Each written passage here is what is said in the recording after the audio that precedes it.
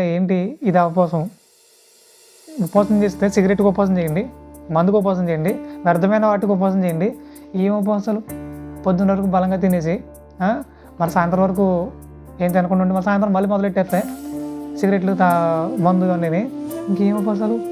సరే మొత్తానికైతే ఈ మధ్యలో వాళ్ళని సిగరెట్ కాల్చమన్నా కాల్చరు, ఏదైనా తినమన్నా తినరు. మేము ఉపవాసం అంటున్నారు, మంచిదే.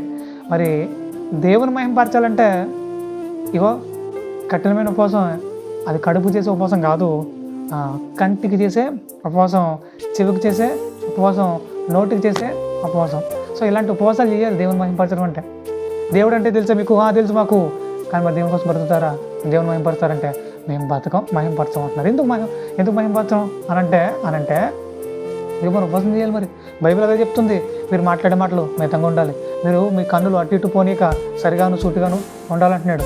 మీ చెవులు మీరు ఏది వింటున్నారో జాగ్రత్తగా చూసుకోండి అంటున్నాడు.